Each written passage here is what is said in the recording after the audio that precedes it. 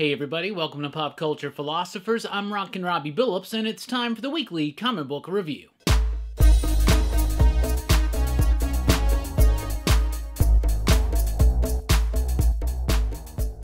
That's right everybody, thanks for checking out the video. I am Rockin' Robbie Billups. This is the weekly comic book review. It's the show where I read a lot of comic books, and I'll let you know what I thought about them, and we always start with the pick of the week.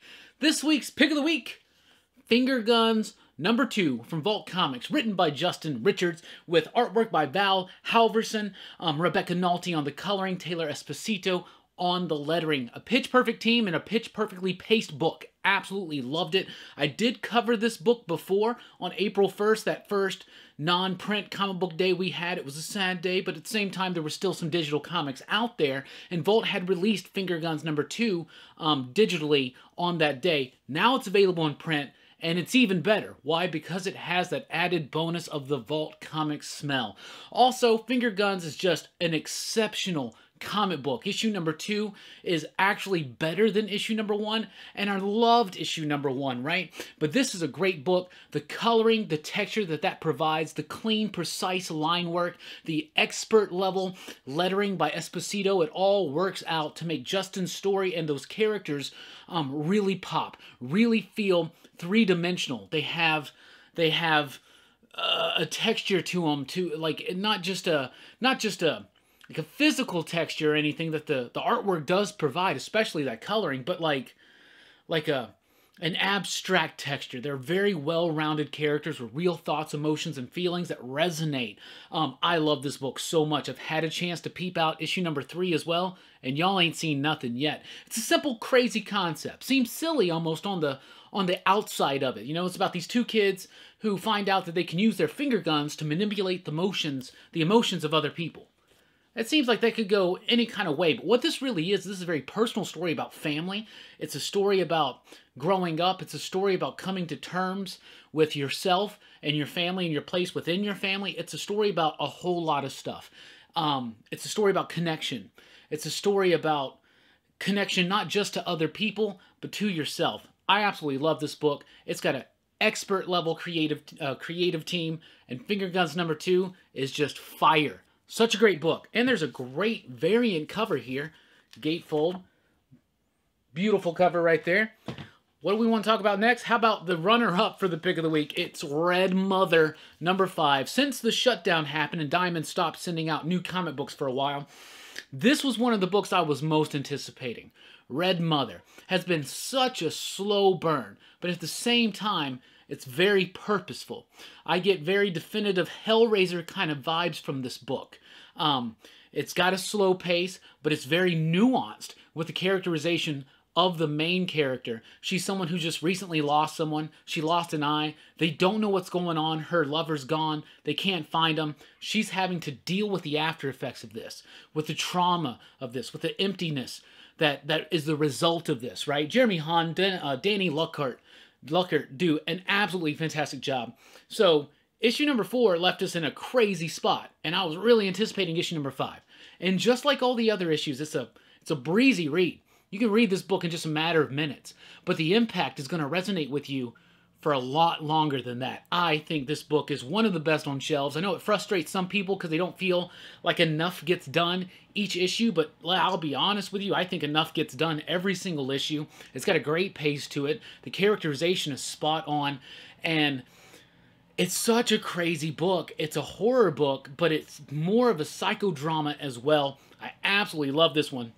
If you've been waiting for some crazy horror action, you definitely get your fill here. The story also starts shifting in direction just a little bit. We now know that this series is way longer than 5 issues, and I'm very thrilled for that. In fact, the first arc was actually the first 4 issues, so this is technically the start of the second arc. I loved it. If you've been liking Red Mother, don't expect anything more, but don't expect anything less than what you've already read. Red Mother Number 5 is fire. It's great. It propels the story forward a little bit. It has some really great resonating character moments, and that artwork is so crisp, so clean, so perfectly and intentionally placed and done in such a way to evoke the maximum effect from the emotional intent of the reader.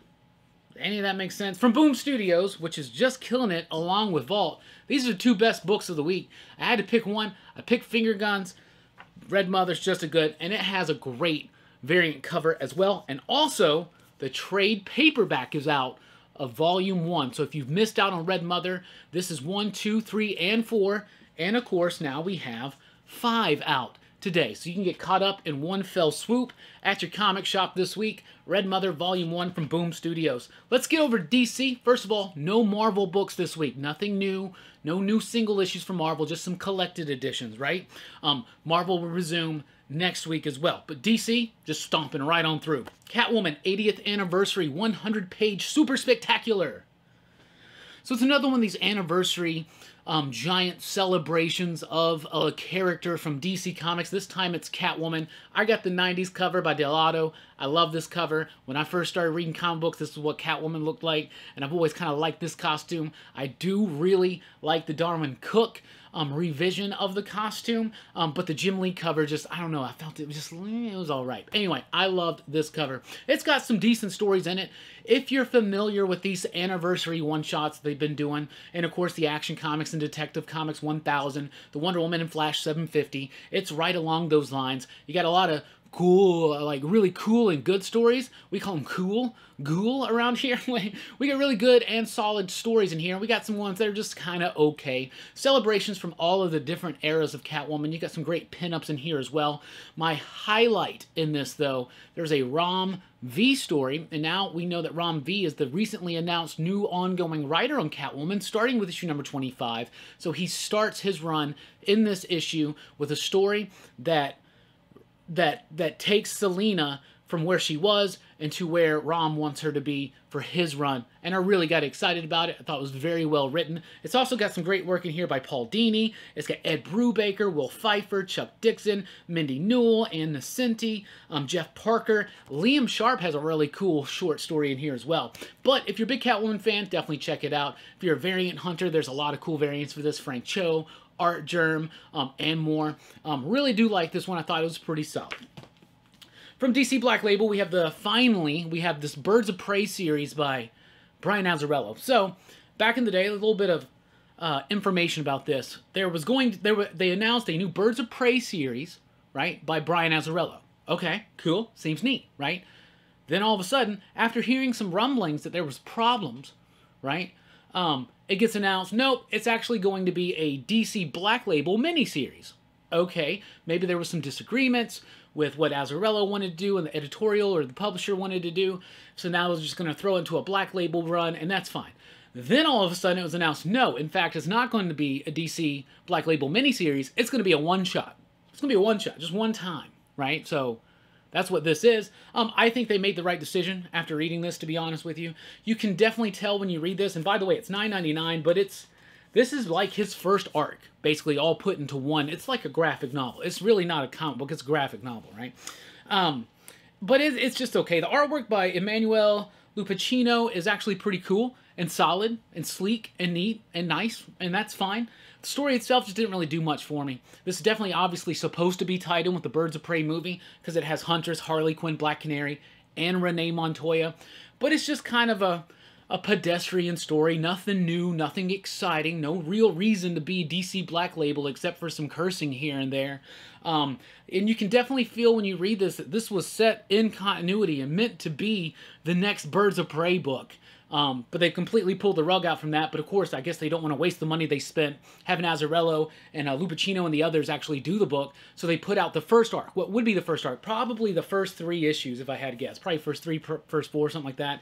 It reads really quick. Azzarello's dialogue's pretty decent, but there's just nothing crazy about the story that really pulled me in. And it's got a really rushed, wacky ending that almost feels like they canceled the project before it got finished and just wrapped it up super quickly in like a page or something. It really kind of didn't make sense since there's nothing after this. If you're the most hardcore of Harley Quinn or Birds of Prey fan, definitely worth checking out. But for the most part, if you're going to pick a $10 book out this week, I would recommend the Catwoman over this, and I would recommend the Red Mother trade over both of those. Justice League Dark number 22 is here. We were talking about Rom V doing that Catwoman story. He is now the writer on Justice League Dark, and Justice League Dark, which was already a really solid book with a great direction, has stepped its game up. Really, like seriously, the narrative, the flow, the lyricism at times of the dialogue and of the narration, the artwork by Martinez Bueno is actually better. Great layouts, intricate stuff. The story going on right now where they're revealing all these other parliaments, and we know we got the Parliament of Trees, and we got the Parliament of Rot and the Red and all that stuff, right? But there's a lot more involved, some really interesting, cool ideas. James Tynion's influence is still strongly felt in this book, but Ram V's way of writing is definitely front and center in this for me, and it's got great artwork, some really cool, compelling, intriguing ideas, and I think Justice League Dark just went from a really solid DC book to on its way to a must-read. Absolutely. Detective Comics 1022. I rarely get into the super variant game, but I'll tell you what, that Lee Bermejo Two-Face, pretty cool. Pretty cool Two-Face cover. The story inside's okay. I haven't really been digging this story that much. Two-Face is my favorite Batman villain, though he would prefer if I said he was my second favorite. But I can't really lie. He's my favorite, right? But this has been kind of a weak Two-Face story for me. He's like, I don't know, he's got these disciples, he's got a church of Two-Face, he's doing weird stuff, he's trying to scar half of Batman's body to make a point, prove something, and it's somehow all tied in to something the Joker did back in the New 52 days, and that leads in to the Joker War stuff. So the Detective Comics Joker War tie-in actually kind of starts in a prelude in a moment in this issue at the end, so that's kind of interesting. If you're really going to be a completist on the Joker War, you might want to get this one. It doesn't have Joker War across the title, but it definitely is setting up Detectives tie-ins for it, and it's going to involve Two-Face and maybe some other surprises, but the story's okay. But it is some of the best Kev Walker artwork I've seen in recent years. I think Kev Walker's Two-Face is awesome. Really like that. Batman Superman #9 kicks off a new story, still written by Joshua Williamson. This has got artwork by, let's find the credits page, Clayton Henry. The artwork's clean, it's neat, it's nice. And so it's fine, it's a decent story. There's a murder mystery, the atomic skull is kind of involved in it. And it's still a fun, cool book, you know? The thing is that the stakes were really high when this book launched because it was doing the infected story. Batman Who Laughs was involved. It was setting all that stuff up. Now that you got that out of the way, you're just forced to tell us good Superman-Batman stories. And I like good Superman-Batman stories, but I don't know. Sometimes when they do this ongoing book where they're together, it seems like, man, they're teaming up too much. You know what I'm saying? The last story with Nick Darrington on the artwork was cool, featuring Ra's al Ghul and Zod. This one with the atomic skull, it's still good though, and I like it. And I think that the writing is good, and I think the relationship between Batman and Superman is good, and there's some great moments in here as well. Superman #9, that's out this week. Action Comics 1022. This was one that I wasn't really missing during the shutdown, but, you know, nevertheless, it's back, and it's, you know, slim pickings at times on certain weeks here, so you just read what you can. And this one's okay. What I do like about this is that they start to address Connor Kent and that mystery. Where did he come from? Why is he here? Why does nobody remember him? Why do certain people remember him?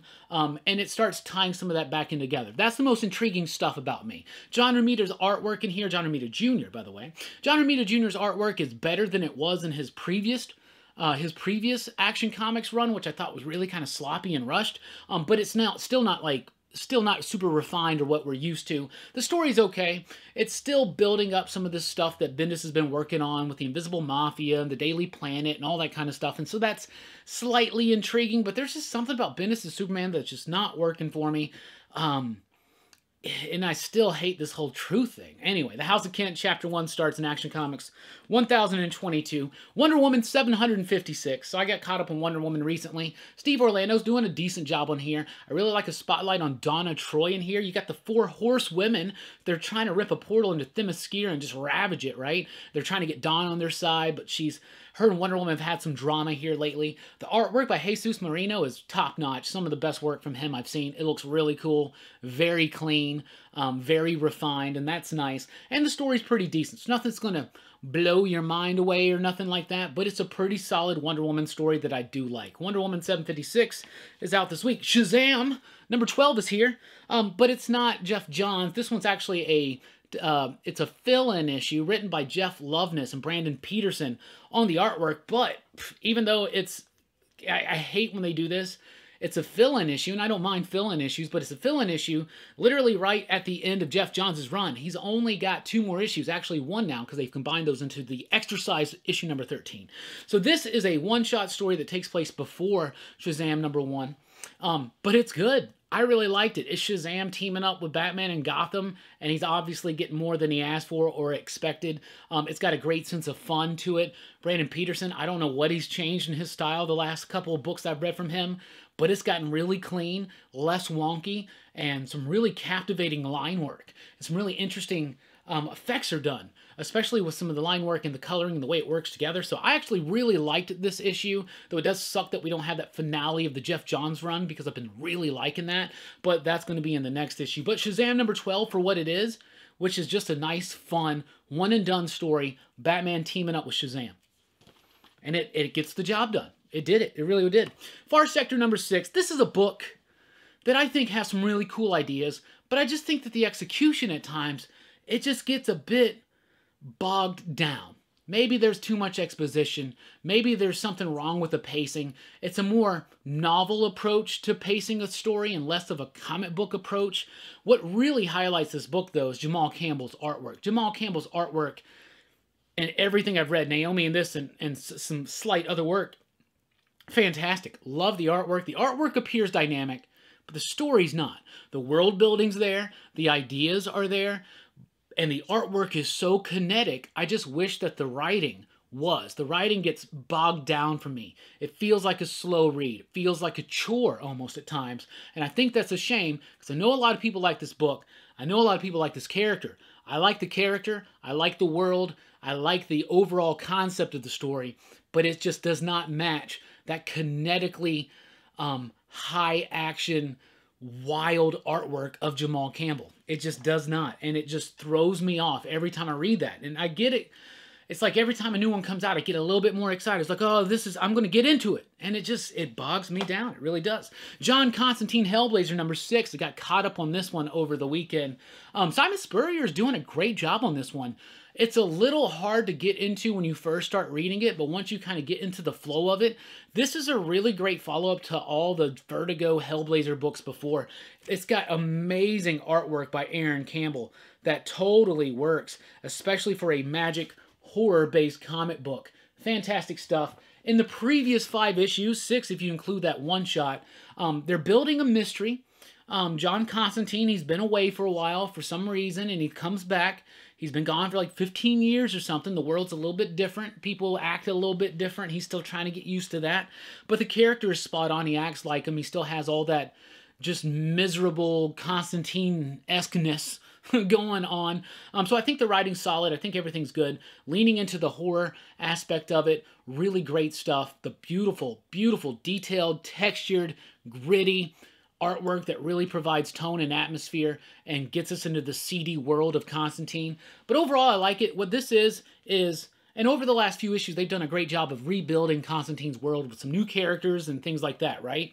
Some new situations, new settings.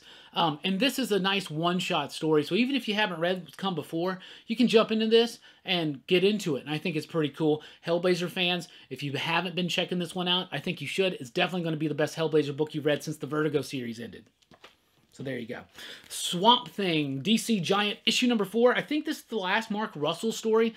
It kind of finishes up what he was working on. So his story was pretty solid, and I really liked what he did with Swamp Thing. Then it's got this other Swamp Thing story in it. It's okay. And then it's got some reprints in it as well. I heard recently that they were canceling the DC Giant line.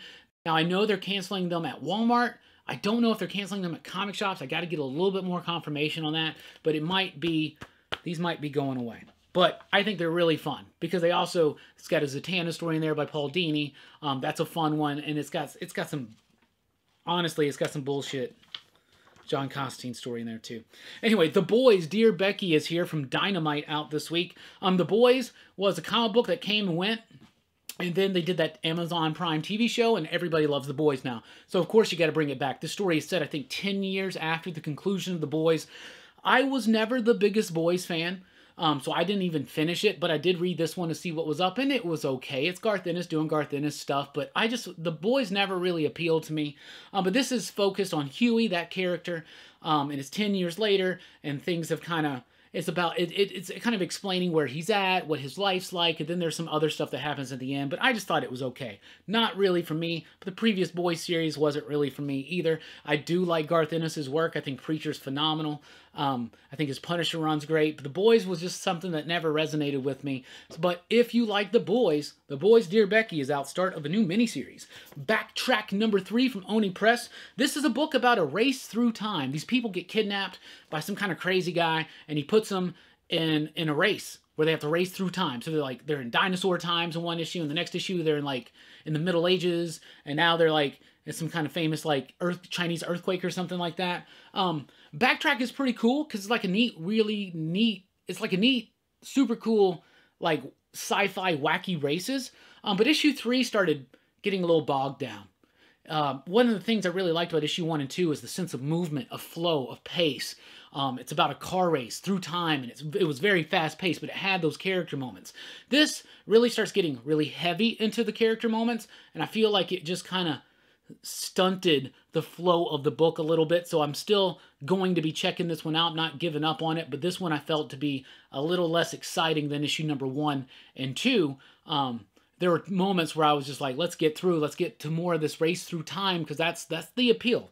And that's what they were setting up in 1 and 2. And in 3, it just kind of slows down a little bit. So, I don't know, kind of threw me off a little bit there. Buffy the Vampire Slayer, every generation. This is a one-shot.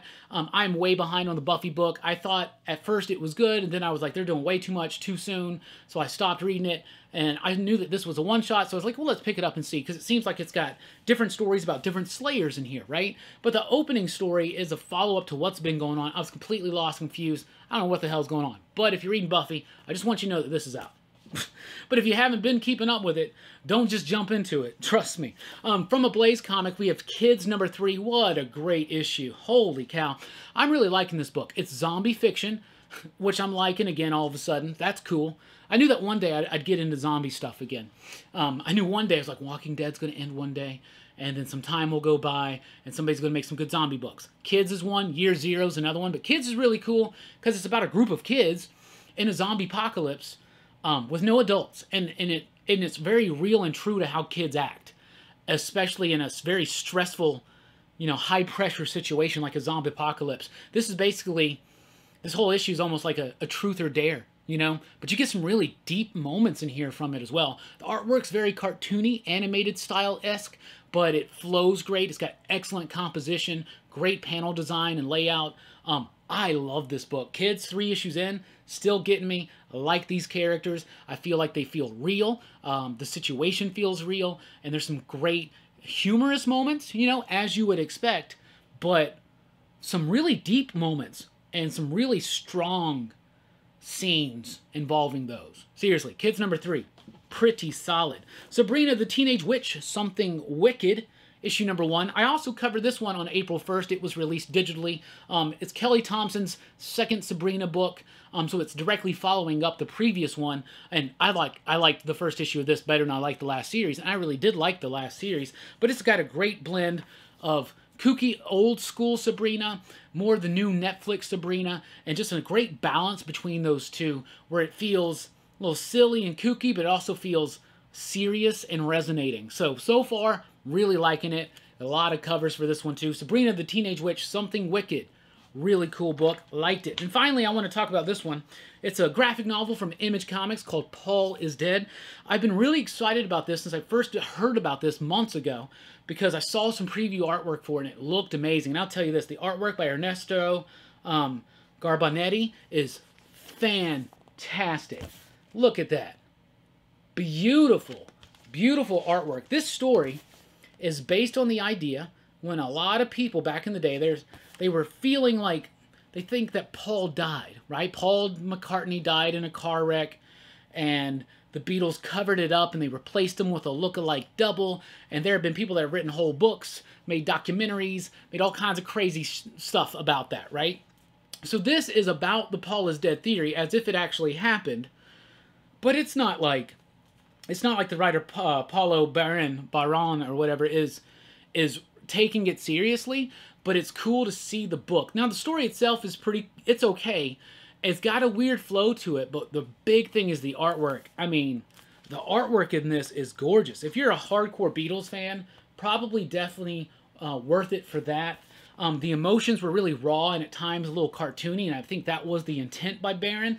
So I did like it, but the story I thought would have been a little bit more involved. The story's very simple and it goes very quick, but that artwork is gorgeous. So Beatles fans, and if you love great experimental, wild, cool artwork, check out Paul is Dead. So that's what I read.